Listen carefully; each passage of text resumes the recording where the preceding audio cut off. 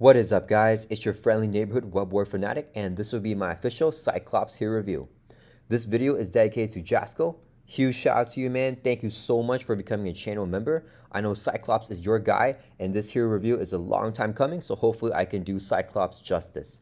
I'm so thankful and appreciative to you for becoming a web war fanatic super fanatic. This really helps the channel out. Thank you so much for support, man. Let's jump on to the Cyclops hero review.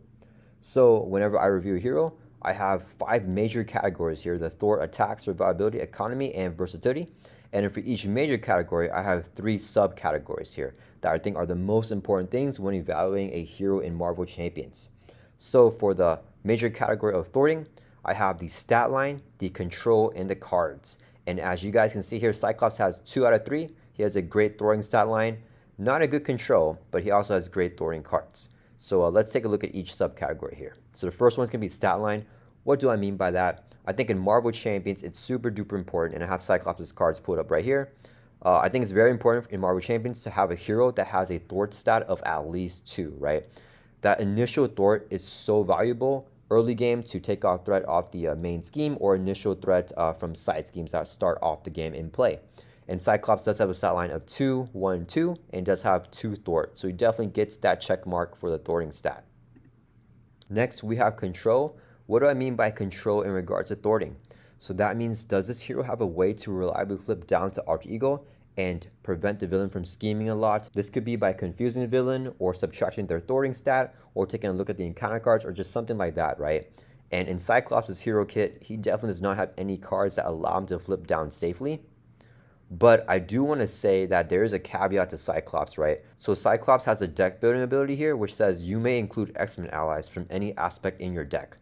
So this is a really, really powerful ability. So we can take a look at my Cyclops deck right here, just as an example, but I can include X-Men allies here from any aspect. So for example, Blindfold says after she enters play, look at the top 5 cards of the encounter deck, discard 1, put the rest back in the same order. So that knowledge will allow Cyclops to flip down if he's including Blindfold, right? He can also include Dazzler, who can confuse an enemy whenever she enters play. Cyclops can also include the Psylocke ally, which is an aggression ally. Whenever she attacks an enemy, you can remove 1 psionic counter from her and then confuse that enemy and do 1 damage to it. So even though Cyclops doesn't necessarily have any identity-specific cards that can help control the villain's scheme, he does have access to all these X-Men allies, which can help him do that. So I went ahead and did not give him the point here for control for thwarting, but I think that there should be an asterisk here. And then lastly, for the cards here, what are Cyclops' thwart removal cards? Are they good? Are they efficient? And Cyclops definitely has a very, very good thwarting card here. He has 3 copies of Tactical Brilliance, which is his thwarting event. It's a 2-cost event as a hero action, thwart. You can remove 3 threat from a scheme, then choose a tactic card in your discard pile and add to your hand. So Cyclops has many tactic cards in his hero kit here, such as the practice defense. It has a tactic keyword, the priority target, which also has a tactic keyword, and you can also include aspect cards that have the tactic keyword that the Tactical Brilliance is able to grab. So being a 2 for 3 threat removal is decent, but since you're getting 1 resource back into your hand whenever you do that, it's effectively a 1 for 3, which is really, really good. And if you get a really good card that's good for that situation, then it could be even more valuable, right? Like Exploit Weakness here is a tactic card. Increase the amount of damage attached enemy takes from each attack by 1. So if you need to defeat like a really strong minion and you want to do extra damage to it, and you want to remove 3 threat from a scheme, using Tactical Brilliance and then using its effect to grab back the Exploit Weakness here could be super duper powerful. So that's a really good thwarting card. So Cyclops definitely gets a check mark here for the thwarting category. Next, let's go ahead and move on to Cyclops' next major category, which is going to be his attacking ability. So the 3 most important subcategories for attack, in my opinion, are burst damage, small instances of damage, and the cost of the attack events, or the way to do damage, right? So for Cyclops here, his burst damage, why is burst damage important to me? I think that it's important for a lot of villains to gun them down and do really big hits. This is because some villains have retaliate on their final stage. So if you're doing a lot of small instances of damage, they'll just retaliate and hit you a lot and do a lot of damage to you. There's some difficult villains like Venom Goblin or a Green Goblin Mutation Formula, where whenever you flip them, they do you a bunch of encounter cards. So you want to burst them down in 1 go. And does Cyclops have the burst damage? In my opinion, he does not. So let's take a look at Cyclops' attack events. So first, Cyclops has his Optic Blast ability here. So as an action, you can spend 1 resource of any type and then deal 3 damage to an enemy with an upgrade attached. So 1 for 3 is very, very efficient, but the enemy must have an upgrade attached and it's only once per round. So that kind of limits the ability a little bit. Then Cyclops also has his full blast ability. It's a 1-cost event. When you use your optic blast ability, this is an interrupt, so you play this whenever you use it, the optic blast ability, and you can exhaust Cyclops, and this attack deals 8 additional damage and then gains overkill. So 8 plus 3 is going to be 11 total damage, and it will have overkill. So this is Cyclops' biggest attack. Not really an attack event, right? It's an interrupt, but basically his biggest way to deal damage to an enemy, right? But unfortunately, he only has 1 copy of the full blast in his kit, and you can only play this once per turn because it's triggering off optic blast. So optic blast here says limit once per round. I've tried to do a strategy where I recur the full blast, and you need to exhaust Cyclops to play a full blast again. So I have Utopia ready Cyclops back up, and I have the full blast back in my hand. And then I realized, oh, wait a minute, I need to trigger optic blast again, and it's limited to once per round. So even though I have all the resources to do it, I'm unable to play the full blast 2 times in 1 turn, which really limits Cyclops' big burst damage. And then lastly, he has 2 copies of the Ricochet Beam here, right? This card and this card right here. So it's a 2-cost event. Here, action attack, deal 3 damage to an enemy, and then deal 3 damage to an enemy with the upgrade attached. So 2 for a total of 6 damage is really, really efficient, right? You can do all 6 of that damage on 1 enemy as well if you wanted to. So that can really concentrate the damage, and it is really good damage for a cheap cost. But I'm looking for a little bit more damage, like 7 or 8 damage would be really good. So even if you play both of his Ricochet Beams here, right, that's 6 damage, plus 6 is going to be 12. Plus the here interrupt here with the full blast would be an 11. That's going to be 23 damage, and you need a lot of things to go right to play all 3 of those cards because he doesn't have anything else in his kit, right? So because of that, I don't think that he can reliably do that big burst damage to gun down a villain. And I do want to mention that he has this exploit weakness right here, which is a 1-cost upgrade you can attach to an enemy. Increase the amount of damage attached enemy takes from each attack by 1. So you have this already on an enemy, then all these damages here would do 1 more, right? So that is a way to increase that damage, but in my opinion, it's just a little bit shy from what I would consider enough burst damage, at least in his hero kit. But one thing that I do want to mention as a huge caveat to Cyclops, and he is a very difficult hero for me to evaluate, is that we had to take in his ability again. You may include X-Men allies from any aspect in your deck, which means that you can swarm the deck here with a wide array of X-Men allies.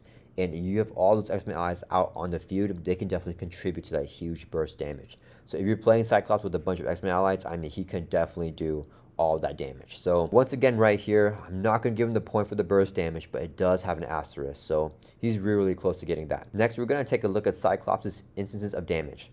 I think having small instances of damage is really important when evaluating a hero because you want a hero to not be stifled by a stun status card, right? So they can easily get rid of the stun, or they can get rid of tough status cards by picking them off, or deal with minions, right? If a hero has piercing, I'll also contribute that to the instances of damage and evaluate that accordingly. So for Cyclops, I do think that he gets a point for small instances of damage. So let's take a look at his hero kit again. So for Cyclops here, he has the Optic Blast, which he can always generate every single round to do 3 damage to an enemy, which is really, really reliable.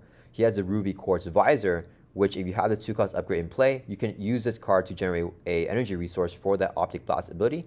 And the attack gains piercing and range, so Cyclops can easily manage tough stats cards. Then he also has his Ricochet Beam here, which does 3 damage to an enemy and do 3 damage to an enemy with upgrade attached. So a minion has an upgrade attached and you have another minion that you want to do damage to, he can like do damage to both the minions, right? You can attach the upgrade to the villain or to the minion and then have the instance of damage be differently, right? You can use Cyclops' Ricochet Beam and his Optic Blast ability in addition to his regular just basic attack of 1, right? So if you want, you can have Cyclops just basic attack to get rid of his stun and then use the Optic Blast ability, or use the Optic Blast ability to get rid of the stun and then play like a Ricochet Beam or something like that, right? So I think that Cyclops is a hero that is not stifled at all by stuns or toughs. He can easily maneuver around both of those status cards. Let's take a look at the final category here for the attack, which is the cost, right? Does Cyclops have cheap cost for his attack events? Can he easily pay for that damage? And Cyclops definitely can, so I give him a point for that. We take a look at the Ricochet Beam again, which is a 2 for 6 damage, which is really efficient. The Full Blast is 1 for +8, right, which is really, really efficient. He has the Optic Blast, which is just 1 for 3, which is already good by itself. So everything that he can pay for is super duper cheap and definitely affordable. So Cyclops definitely gets a check mark here for the cost for his attack ability. So overall, I gave Cyclops a score of 2 out of 3 for his attacking ability. Next, let's take a look at Cyclops' survivability. And this, in my opinion, is Cyclops' weakest major category. So the three subcategories that I have are the alter ego and hero card, cards in his kit, and his healing ability. So the alter ego and hero card I think is very, very important when looking at a hero survivability, because if you don't draw into your defense events or you don't draw into allies, can this hero still survive from the get-go without any building out, without any support, or without any upgrades? And Cyclops unfortunately does not have anything unique to his alter ego or hero card to help him survive, right? His ability is constant training, where you can search your deck for a tactic upgrade and add to your hand. That doesn't help with survivability. He has a hand size of 6 and 10 hit points, which is just your standard. And in his hero side, he has the Optic Blast, which we looked at before. This helps him increase his attack ability, but doesn't help with his survivability. Hand size of 5, which is very normal, and a hit point of 10 here as well, and just 2 defense. So everything is just very, very average. He doesn't have the above average survivability. So if he gets hit a lot, he probably won't be able to survive it unless you play something else out, like an ally or something to help him survive. So Cyclops will not get a point here for his alter ego and hero card. Next, we have the cards here in Cyclops' hero kit. What cards does he have in his kit that allow him to survive or that add on to his survivability?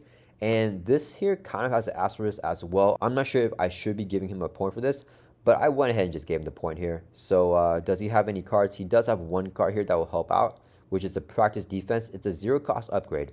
Attached to an enemy, max 1 per enemy. It's a temporary keyword, so least play at the end of the round, and an attached enemy gets -1 attack. So Cyclops can attach this to the villain. The villain will have -1 attack for the remainder of the round, or he can give it to a minion. So this card does help out with Cyclops survivability because it's weakening the enemy's attack. But normally, I wouldn't necessarily give a hero a point for just having this card because he just has 2 copies of this upgrade. And while this is a really good ability in multiplayer, it's not that effective if Cyclops is playing in solo.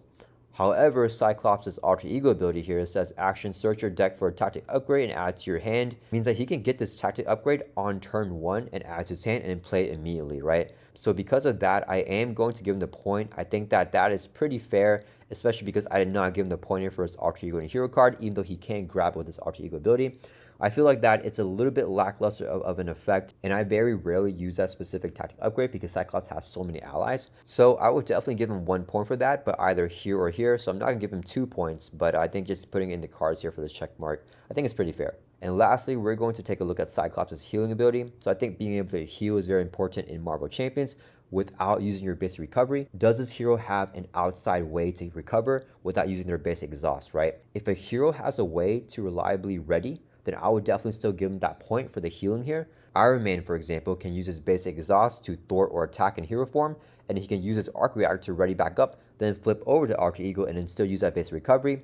Doctor Strange can also like thwart or attack or use his spell mastery ability and then use his cloak to ready him back up, flip down to alter ego and still heal, right? So if Cyclops has a way to reliably ready up, I would give him that point for healing.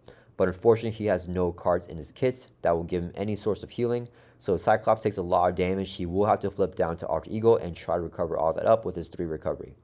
Once again, there's going to be another caveat here because almost every single Cyclops deck is going to run Utopia here, which is a basic X-Men support.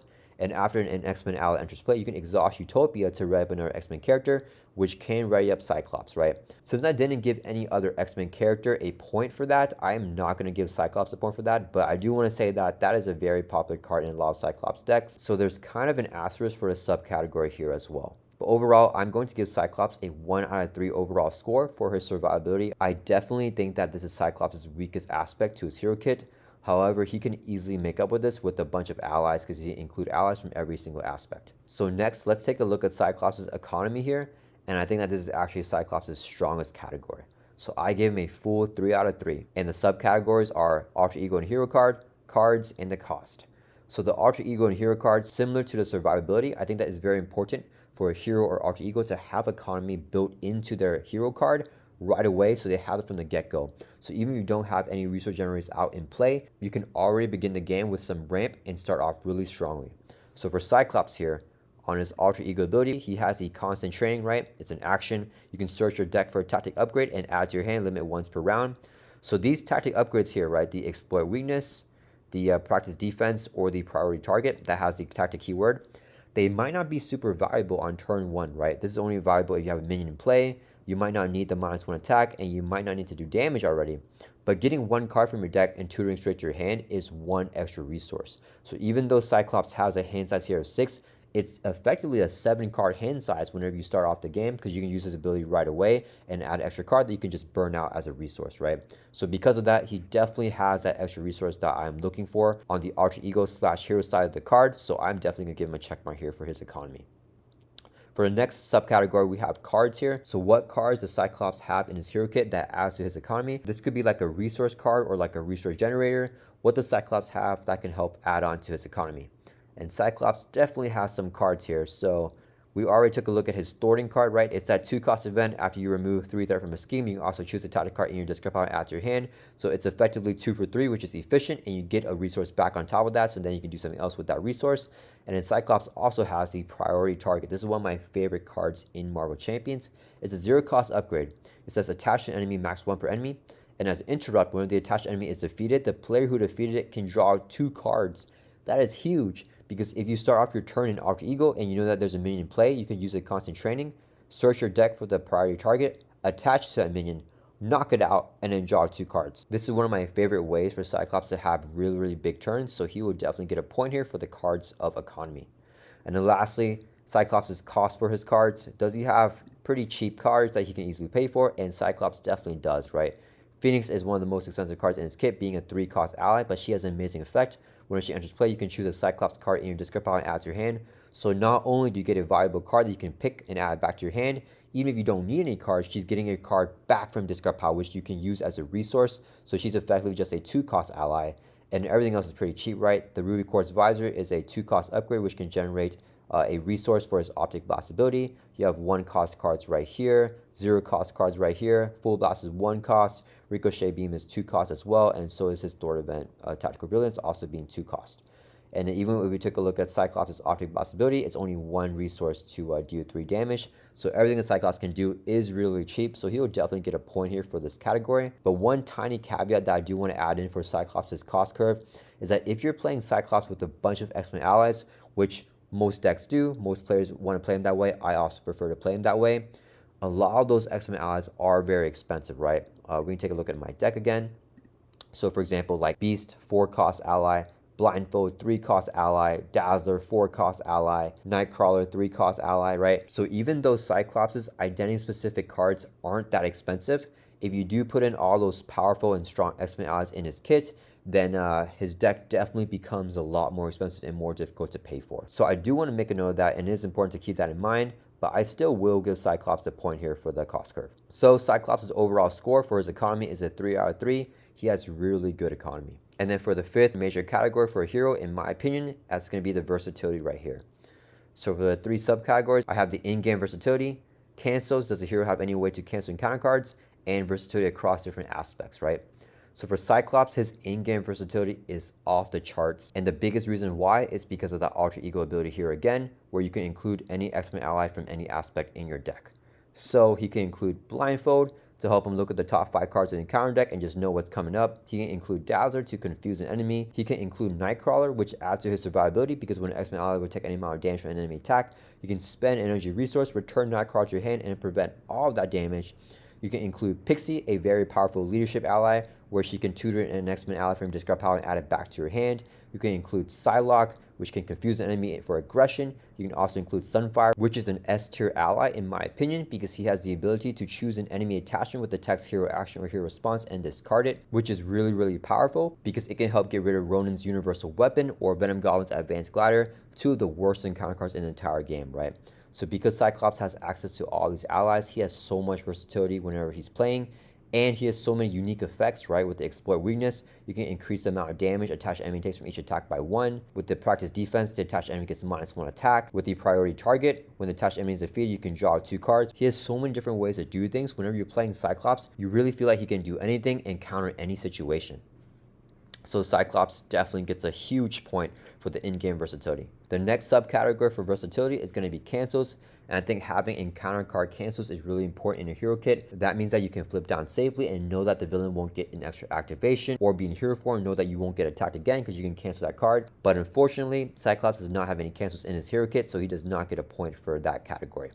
And finally here, does Cyclops have versatility across the different aspects in Marvel Champions? And he definitely gets a point for that category, because it doesn't even really matter which aspect that you choose to play Cyclops in, because he can include X-Men allies, once again, from all aspects in his deck. So if you choose aggression, justice, leadership, or protection, he can still put all the other allies from any other aspects. So he is super duper powerful, and he doesn't really care which aspect you choose, because he can still include aspect cards from different aspects as long as they are X-Men allies.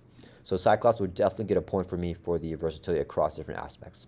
Overall, for the versatility, he gets a score of 2 out of 3. So Cyclops is a very well-rounded hero, and he has 1, 2, 3, 4, 5 blank spots here. So usually if a hero has 4 or 5 blank spots, I will put them here in the A tier. And I think that A tier is a fair evaluation for Cyclops. He has a lot of versatility, he can do a lot of different things, but he does have a lot of reliance on the X-Men allies that you include in his kit and cards with X-Men synergy like Utopia or Uncanny X-Men or the X-Shed, right? If you don't have those cards with Cyclops, I think that he can definitely feel a lot weaker, and I would even say that he is potentially a B tier hero if you only have Cyclops' hero pack and the core set. However, because of that, there is a huge caveat with Cyclops. This is generally how I evaluate heroes, but I don't think that the categories that I have and the charts that I made are absolutely perfect, and they do not encompass everything of a hero, right? So Cyclops is one of the heroes, and the first hero that I've done an official hero review for, that actually defy the boundaries of my charts. And in my opinion, if you're playing Cyclops and you have all the X-Men cards, right? You have Mutant Genesis, you have the Gambit hero pack, you have the Rogue hero pack, and most important for Cyclops is that Storm hero pack with those strong leadership cards like the Uncanny X-Men. If you have all those hero packs and you're playing Cyclops with a bunch of those X-Men allies that come from Mutant Genesis, Age of Apocalypse, and all those X-Men hero packs, I think that Cyclops is an S tier hero. And I gave him an asterisk here because these things are contingent on playing him with those X-Men allies, right? For the Thwarting here, we talked about this category right here. This means the control for Thwarting. And as we talked about, if you include Blindfold, Dazzler, Psylocke, Professor X, Cyclops has so much control over the way that the villain schemes that he can easily flip down very safely almost every turn. And for the attacking here, he definitely has massive burst damage if you put out all those allies and have them all attack with exploit weakness, giving each instance of attack +1 damage. And for the subcategory of healing for survivability right here, I played so many games with Cyclops where I dropped to like 2 health, 1 health, and I'm easily able to base recover for 3, play an X-Men ally, ready up Cyclops in Alter Ego with Utopia because I gave him the Honored X-Men, which gives him the X-Men trait in Alter Ego, and he basically recovers again for 3, right? So Cyclops can easily recover and come back from a game from 1 health all the way back up to full health. One of the biggest things that Cyclops has going for him is that Alter Ego ability where you can include X-Men allies from any aspect in your deck. If we are factoring this in when we are evaluating Cyclops, I think that he has to be an S tier hero. But there is an asterisk because it really relies on having all those X-Men allies for you to include in your deck, right? If you don't buy any other X-Men hero packs, then you won't have access to those allies, so then Cyclops may feel very lackluster. So if you are playing Cyclops and you're not really having a good time, that could be why. But if you do have a full collection of all those X-Men and all those X-Men supports, Cyclops is definitely one of the strongest heroes in the game of Marvel Champions. So this may be a controversial take, but this is my honest opinion. I do think that Cyclops is an S tier hero, but that's with the caveat of the X-Men allies, but it is kind of a part of his alter ego ability because you want to include X-Men allies from different aspects whenever you're building him. If we are evaluating Cyclops but not with those X-Men allies, I would definitely consider him more of an A tier, possibly even B tier, but with those allies, to me, he is definitely an S tier hero. Let me know what you guys think, if you agree or disagree. Let me know if you think that I'm kind of being biased to Cyclops. He is my second favorite hero in Marvel Champions, so I definitely like him a lot. But I do think that this is a fair evaluation because he is also one of the strongest heroes that I've ever played. I hope you guys enjoyed this video. Let me know what you think down in the comments, and I'll see you guys in the next one.